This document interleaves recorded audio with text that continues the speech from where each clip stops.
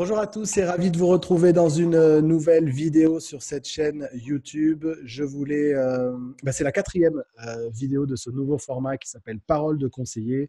C'est un format de vidéo qui vous donne la parole, vous les conseillers immobiliers, pour partager vos bonnes pratiques, vos challenges, la diversité des parcours, parce que dans notre beau métier, dans nos beaux métiers de l'immobilier, on a une réalité, c'est qu'on a des diversités de parcours qui sont très larges, très diverses, et ce qui fait aussi la richesse de notre profession. Et je voulais mettre en valeur cette profession en donnant la parole aux conseillers immobiliers. Donc, c'est la quatrième du genre. Aujourd'hui, je reçois Andreas Kamal qui va se présenter très rapidement. Mais en attendant, je vous rappelle que vous pouvez télécharger mon guide, les 3 conseils pour multiplier votre rentrée de mandat exclusif, qui se trouve dans le descriptif de cette vidéo.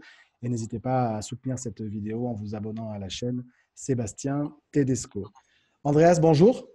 Mais bonjour à tous et à toutes aussi. Ouais. Comment ça va? Et bien ça va super depuis la dernière fois. Bah oui, c'est vrai, C'était on la dernière s'était rencontre. croisés. Mais c'est vrai, on s'était croisés sur Bordeaux lors du Tour de France propriété privée. Est-ce que tu peux justement te présenter pour les gens qui nous écoutent et qui nous regardent? Oui, bien sûr. Ça va faire ma première année là que je suis devenu du coup indépendant dans l'immobilier, D'accord. donc avec propriété privée. Ouais, Et avant cela, en fait, j'ai fait 5 ans d'études, donc en alternance. d'accord. Voilà, donc j'ai fait un BTS, un Master 1, mais pas du tout dans le même secteur, hein. C'était logistique et transport. Ok, Et en gros, pourquoi l'immobilier? Parce que, enfin, c'est surtout pourquoi l'indépendance immobilier. d'accord. Euh, Parce qu'en gros, j'ai passé 5 ans d'études. Bon, c'était un travail qui était convenable, hein, mais je trouvais que- je sais pas, mais je déteste en fait rendre des comptes à quelqu'un et j'adore travailler pour moi-même, savoir pour qui je travaille et avoir un salaire fixe en fait en fonction du temps. Moi, ça m'allait pas du tout. D'accord. Ouais. J'adore être payé en fonction de mon résultat net en fait. Et c'est l'immobilier qui t'a apporté le meilleur compromis pour ce que tu cherchais justement au niveau de l'entrepreneuriat? Alors, je cherchais ce compromis-là et je cherchais aussi le fait d'évoluer beaucoup plus rapidement, c'est-à-dire au niveau finance. Et du D'accord. coup, j'ai vu que l'immobilier avait cet effet de levier qui peut être décuplé par rapport à notre métier. Et oui, j'avais suivi aussi une formation, parce qu'à la base, je voulais pas faire agent immobilier. Je voulais juste investir dans l'immobilier, avoir des rendements locatifs. Et eh bien, en cherchant un métier en tant qu'indépendant et en rapport avec l'immobilier, voilà, j'ai trouvé la cible. Tu as trouvé la chaussure à ton pied. C'est ça, voilà. Du coup, ce qui est intéressant, c'est que c'est un parcours qui est un peu différent de ce qu'on a l'habitude d'avoir parce que c'est finalement, alors, ça n'a pas été un choix par défaut, au contraire, mais ça a été un choix qui correspondait à différentes caractéristiques que tu cherchais. Est-ce que du coup, le métier est conforme à l'image que tu t'en faisais? Disons que j'avais pas vraiment d'image du métier. Et c'est au fur et à mesure que je m'informais. Après, j'ai parlé avec beaucoup, beaucoup de membres du réseau avant d'y rentrer, D'accord. et même encore aujourd'hui, hein. Ouais. Et en fait, je me rends compte que ce métier-là, c'est un métier de commercial avant tout. Oui. Et, et que, voilà, en fait, il ressemble à peu près à l'aspect commercial que j'avais en tête, tout en ayant justement ce rapprochement avec le client qui est beaucoup plus proche.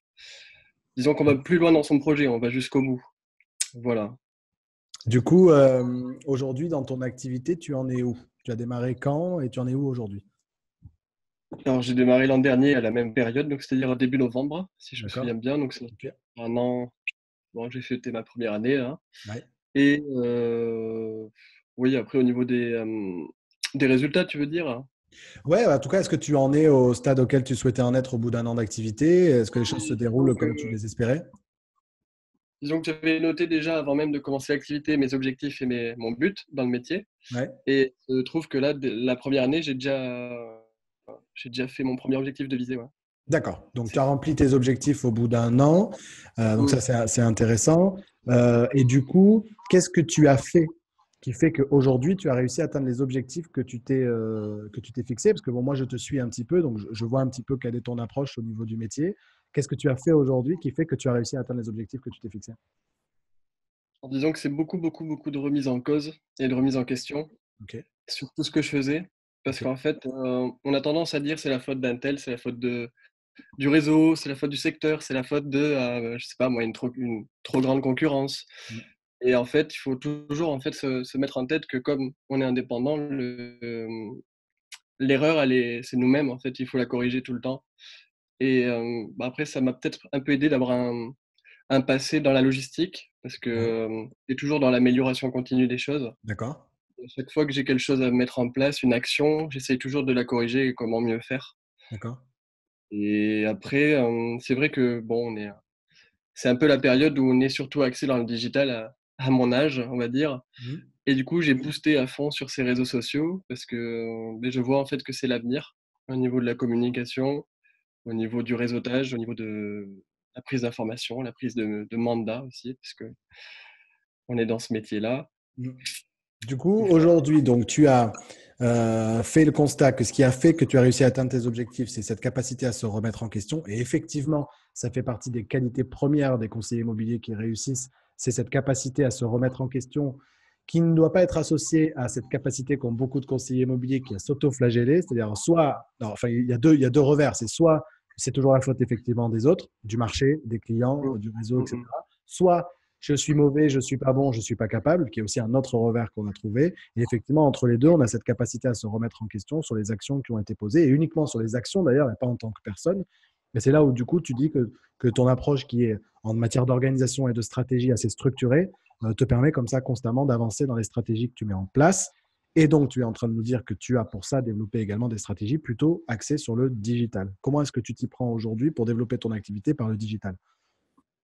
Alors, ça a commencé d'abord par Facebook, en se Ok. créant une page professionnelle D'accord. avec, un profil pareil Ok. et ensuite, beh, mettre en place une stratégie, c'est-à-dire faire tout le temps, enfin suivre le même rythme tout le temps. Donc c'était, publier tout le temps du contenu, mais, pas seulement du contenu pour, distraire ou des choses amusantes, on va dire, plus des choses concrètes et professionnelles sur le métier, qui montrent en fait aux clients et aux personnes qui nous regardent, puisque ça c'est une vitrine virtuelle en fait et c'est vu par des millions de personnes et ça permet en fait de mettre en avant qui nous sommes, ce qu'on reflète et ça va attirer forcément du trafic ciblé, par rapport à nous, ce qu'on met en place dans le métier, quoi. Donc, de manière très concrète, sur le contenu que tu publies, c'est quoi? C'est du contenu éducatif sur C'est le ça, marché immobilier?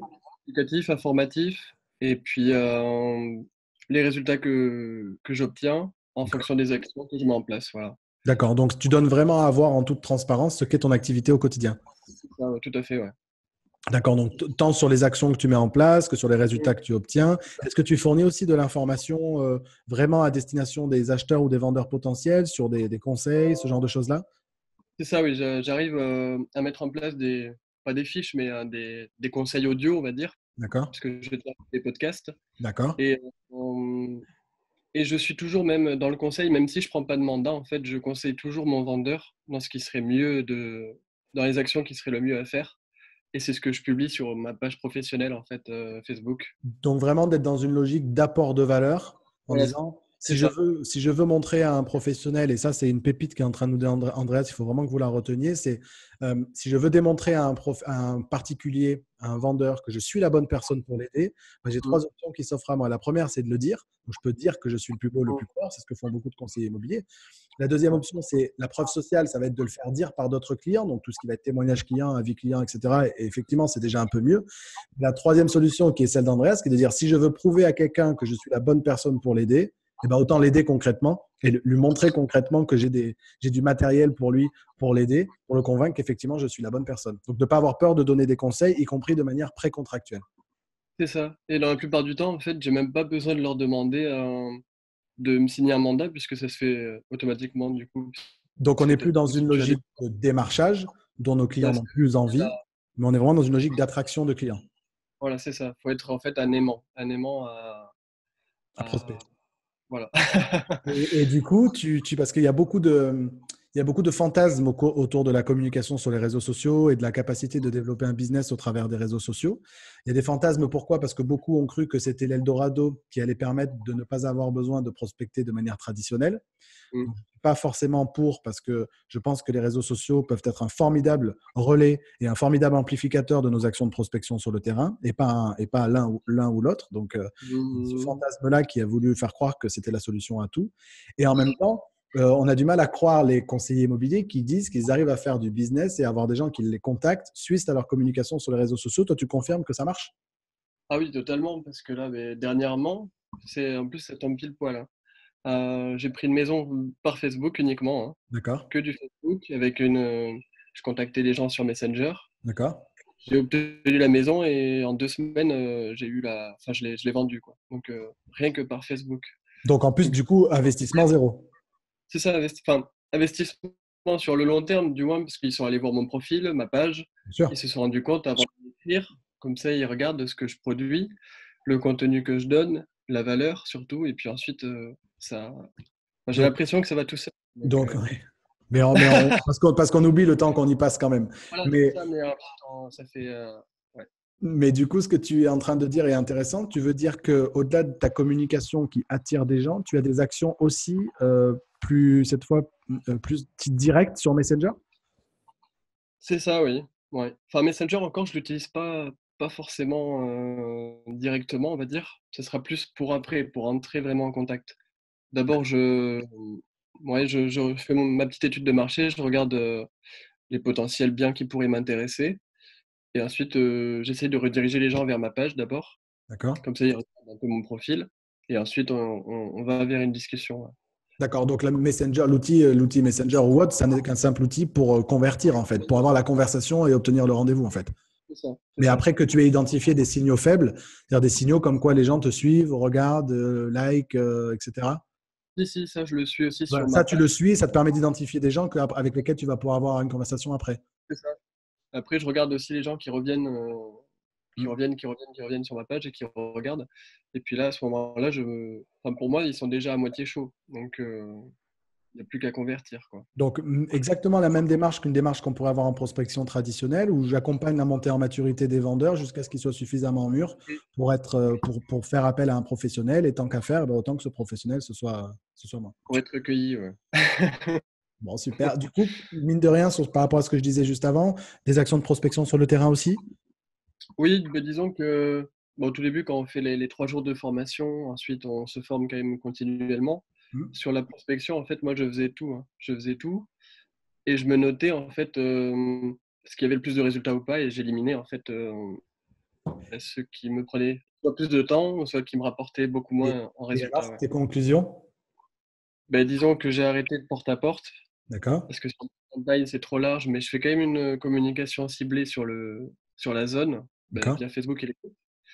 Et le téléphone, ça marche très bien, mais j'ai arrêté aussi parce que c'était un gros enfin, une grosse perte de temps pour moi.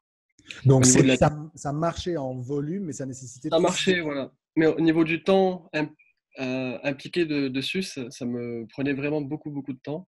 Et du coup, je suis passé au SMS, une communication qui était plus directe. Et j'avais beaucoup plus de résultats et beaucoup moins de temps de travail. Alors, du coup, Parce je que, t'arrête là. Du coup, je t'arrête là parce voilà. que du coup, j'ai une question. Là, je Mmh. reviens de formation. J'étais à Tours dans une agence et j'avais effectivement une conseillère qui disait qu'elle avait opté pour le SMS en matière de prospection. Et elle avait l'air de dire que ça fonctionnait bien. Alors, moi, je reste persuadé que ça peut marcher, mais que tout dépend du message. C'est pas le moyen qui fait le résultat, c'est le message qui est délivré. Toi, tu t'y prends comment? Euh, j'ai un message type, en fait. Enfin, j'ai 3 messages, on va dire, Hmm. pour échauffer, hein, pareil, le client. Donc, premier message, j'envoie une semaine. Le deuxième, sous 2 à 3 semaines, enfin, tous les 15 jours. Et le troisième, si j'ai toujours pas de réponse, là, je vais appeler le client. D'accord. Mais Voilà. du coup, en ayant quelque chose, un élément de contexte à lui redonner, puisqu'il aura potentiellement déjà reçu des SMS avant. On avait eu une discussion, donc Donc, du coup, j'ai c'est plus j'appelle totalement à froid, c'est j'appelle, bah, je suis la personne qui vous a envoyé déjà deux fait SMS. ça. Vous vous rappelez, on a discuté, enfin, vous avez reçu le message, OK. voilà. Ils Et savent déjà qui je suis. Bien sûr. Donc le lien de confiance est déjà un petit peu plus Ouais, ils rapproché. sont pas surpris, en fait. Pas de surprise. Mm. Moins intrusif par le SMS qui est moins intrusif parce que bah, j'impose pas une conversation, donc elle peut subvenir quand le client le souhaite. Dans les SMS que tu envoies, un Mm. message particulier, c'est quoi? C'est là encore, c'est des conseils, c'est une approche un peu particulière? Alors déjà, je dis toujours, comme je suis dans une petite campagne, c'est vrai que ça m'aide beaucoup que je suis quasiment dans leur quartier, quoi. Que j'ai vu qu'ils avaient leur maison à vendre. Et voilà, j'ai déjà vendu dans le quartier ou j'ai déjà fait des actions dans le quartier. Est-ce que ça vous dirait qu'on ait une discussion ensemble pour discuter de votre projet immobilier? Voilà. Et puis je mets une date, enfin, je leur demande de prendre rendez-vous avec moi. D'accord. Voilà. Et donc après, quand tu appelles, si ça n'a pas fonctionné, quand tu appelles, tu sens que les gens du coup sont plus réceptifs que si tu les Ouais, avais appelés dès ouais, le premier. complètement. Ouais, ouais, complètement. Ouais. Ok, donc tu as éliminé certaines stratégies de prospection, tu investis sur d'autres, donc des moyens peut-être une approche moins intrusive, donc réseaux sociaux, SMS, etc. Dans une logique toujours de capter des contacts plutôt que de les démarcher, parce que bah, une fois que le client C'est t'appelle, ça. c'est beaucoup plus facile de dire bon bah alors qu'est-ce que je peux faire pour vous? Mhm. C'est toi qui les as contactés. Mettre ensuite des étiquettes sur les personnes et ensuite retourner vers les personnes qui sont plus ou moins pressées, quoi. Euh, D'accord, donc parce que tu qualifies ensuite la chaleur, j'allais dire, du contact. ouais, et je mets après en rouge, rouge, orange et vert, quoi. Donc, c'est vraiment une démarche qui est hyper structurée parce que Mm. très souvent, les conseillers, je suis obligé de leur dire, il y a une différence entre prospecter et scénariser sa prospection. Il y a une différence entre prospecter et mettre en place une campagne de prospection. Il y a une différence entre prospecter et avoir une stratégie de prospection. Donc là, tu nous démontres bien que toi, tu as une stratégie, tu as des vraies campagnes de prospection, tu cibles Mhm. des gens que tu vas contacter par différents moyens que tu as aujourd'hui à ta disposition avec une diversité de messages. Mm. Après, je sais pas ce que tu en penses, mais quand tu vas prospecter des gens, j'ai toujours l'impression qu'on rentre un peu dans leur vie. Et du coup, le mieux, c'est de faire ça indirectement, puis après aller vers le contact direct, vers Ah, la mais personne. je suis 100% convaincu, si tu me suis depuis un moment. Je dis toujours que les prospects ne couchent pas le premier soir et c'est exactement ce que tu es en train de nous démontrer. C'est Ouais. que oui, l'immobilier, le commerce, c'est de la séduction et nos clients, Mm. ils ouvrent pas la porte de chez eux et Dieu sait que c'est intime d'ouvrir la porte de chez soi à quelqu'un. Mm. Qui plus est à un conseiller immobilier dont on sait pertinemment qu'une fois qu'il va avoir mis le pied à l'intérieur, on va plus pouvoir le faire partir. C'est ça. Donc, c'est sûr qu'on a envie de pouvoir choisir de manière libre et éclairée la personne qui va nous accompagner pendant les 6 ou 8 prochains mois. Et c'est important que j'ai suffisamment confiance dans la personne pour la faire venir chez moi. Et pour ça, ça nécessite effectivement d'avoir une démarche beaucoup moins intrusive. Je suis 100% d'accord. Mm, mm. Bon, Ouais. du coup, Andreas, merci pour tous ces conseils. Si maintenant que tu as une année de recul, si tu devais faire les Oui. choses différemment, si tu devais donner un conseil à l'Andreas Kamal qui démarrait au mois de novembre 2017, tu lui dirais quoi aujourd'hui? Bah, de rester dans une réflexion long terme au lieu d'une réflexion court terme, surtout. Et, euh, et d'investir avant tout sur soi-même, sur ses valeurs, sur ce qu'on va apporter aux gens, avant même de commencer à mettre la plaquette commerciale et, et à déballer nos outils. Ouais, ce Donc, serait une euh, démarche, une posture d'offreur plutôt qu'une posture de demandeur. L'idée de se positionner en quelqu'un qui a, voilà, qui a mm, beaucoup à offrir. D'ailleurs, beaucoup à offrir en termes de service, mais aussi beaucoup à offrir en tant que personne pour accompagner des c'est ça. vendeurs. Ça, c'est vraiment un truc Ouais. que tu Je pense mettrais que ça, c'est en la avant. clé, ouais, la clé du succès, ouais, je pense. Ouais. Bon. Et vraiment de s'améliorer soi-même avant de commencer à améliorer sa prospection ou autre chose, quoi. Après, ce que Entre tu des... disais sur la logique de court et de long terme, c'est une vraie difficulté qu'ont beaucoup Mm, de conseillers. Alors d'abord parce qu'ils ne sont pas toujours éduqués au fait que dans tous les cas, ça va mettre du temps. Donc du coup, mhm, on attend des résultats à court terme, donc on prend des raccourcis dans son activité. On se dit, bah, tiens, là j'ai un acquéreur, je vais vite le sortir en visite parce que s'il y a un bien qui l'intéresse, je vais pouvoir faire une vente et on en oublie de poser des actions qui vont porter leurs fruits à plus long terme. Ça nécessite parfois d'être accompagné ou d'avoir un peu de maturité commerciale pour comprendre que je suis là pour durer et je ne suis pas juste là pour surfer sur un marché ou une opportunité de business. Donc ça, c'est hyper important ce que vient de vous dire Andreas sur cette logique. Pensez long terme. Ou si quand vous démarrez, vous n'avez pas les moyens, j'allais dire, d'investir sur du long terme, c'est que ce n'est pas fait pour vous au moment auquel vous voulez démarrer parce qu'on sait tous qu'il y a une inertie dans ce que vous allez mettre en place et que si vous n'avez pas les moyens de tenir, ça risque d'être compliqué. ouais. Après, je finirais peut-être sur le fait de se remettre tout le temps en question, pareil, et de faire un gros bilan en fin d'année moi, j'arrive à me faire des mini bilans en fin de semaine Mhm. pour savoir les actions que j'ai faites et puis pareil, corriger là où il y a Je eu vous des le failles. dis. Ben oui, je vous le dis toujours, une réunion avec vous-même tous les vendredis pendant 15 minutes pour savoir, OK, quels sont mes objectifs, ils ont été atteints, ils n'ont pas été atteints, s'ils n'ont pas été atteints, est-ce que j'ai fait ce qu'il fallait, si j'ai pas fait ce qu'il fallait, je corrige, et comme ça, à la petite semaine, parce que le problème, c'est que si on commence à regarder son activité au regard de son chiffre d'affaires ou au regard de ses revenus, ben en réalité, on est en train d'analyser son activité d'il y a 3 ou 4 mois, et du coup, le temps de poser des actions correctrices, c'est déjà bien trop tard. Donc, effectivement, Andreas a raison, c'est vraiment cette logique d'analyse à la semaine. Mais parce qu'Andreas a envisagé son métier d'une manière stratégique, son business d'une manière stratégique, et il n'y a pas d'entrepreneur qui réussit sans stratégie, sans outils et sans organisation claire et précise. Et après, je dirais surtout, avant même de commencer ce métier, parce qu'à la base, je me suis fixé surtout l'aspect financier. Ouais. Et c'est vrai que c'est bien parce que dès qu'on commence ce genre de métier, on a toujours tendance à nous poser la question, alors c'est combien est-ce que tu veux en chiffre d'affaires? Quels sont tes objectifs financiers? Et c'est vrai qu'on a tendance à se voir déjà millionnaire. Mais d'abord, il faut, je pense, un objectif, il faut qu'il soit mesurable et réalisable, réaliste surtout. Ouais. Parce que si on doit courir partout pour réaliser cet objectif, au final, on va courir partout, mais on n'aura pas de résultat. Ouais, puis on s'épuise vite dans ce métier. Ah oui, oui, oui, c'est de l'énergie qu'il nous faut. Donc, Ah ben, de l'énergie, j'espère en tout cas qu'on vous en a donné pendant cette interview. Il y a beaucoup de choses intéressantes qui ont été racontées par Andreas. Donc, merci beaucoup pour ce que tu as apporté pendant cette interview. et merci à toi pour l'interview, hein, c'est super. J'adore Ben, ça. super. Donc, avec grand plaisir pour partager de nouveau plein d'astuces, plein de conseils. Si vous voulez vous rapprocher Andreas Kamal, vous pouvez le retrouver bien évidemment, vous l'avez compris, sur les réseaux sociaux, sur sa page. Il travaille chez propriétéprivée.com. Donc, je pense que vous allez le trouver sans aucun problème. Donc, n'hésitez pas à le solliciter. Il a également un podcast où il donne, là encore, beaucoup de conseils, beaucoup de valeurs. Donc, n'hésitez pas à vous rapprocher de lui et puis à aller écouter ce qu'il a à vous raconter parce qu'il a des choses intéressantes, que vous soyez vendeur ou que vous soyez conseiller immobilier d'ailleurs. Merci pour la page de publicité. Écoute, c'est normal, c'est donnant-donnant. Merci beaucoup en tout cas, Andreas. Je vous rappelle que si cette vidéo vous a plu, vous pouvez la partager à quelqu'un à qui ça pourrait être utile. N'hésitez pas à la liker, à la commenter, que ce soit Andreas ou moi, on prendra le temps bien évidemment de vous répondre. Vous pouvez vous abonner à cette chaîne Ouais. si vous est utile. Moi, en tout cas, je vous souhaite une très très belle fin de journée, une belle fin de semaine. Et d'ici là, be good, be different et be yourself. Ciao. Ciao.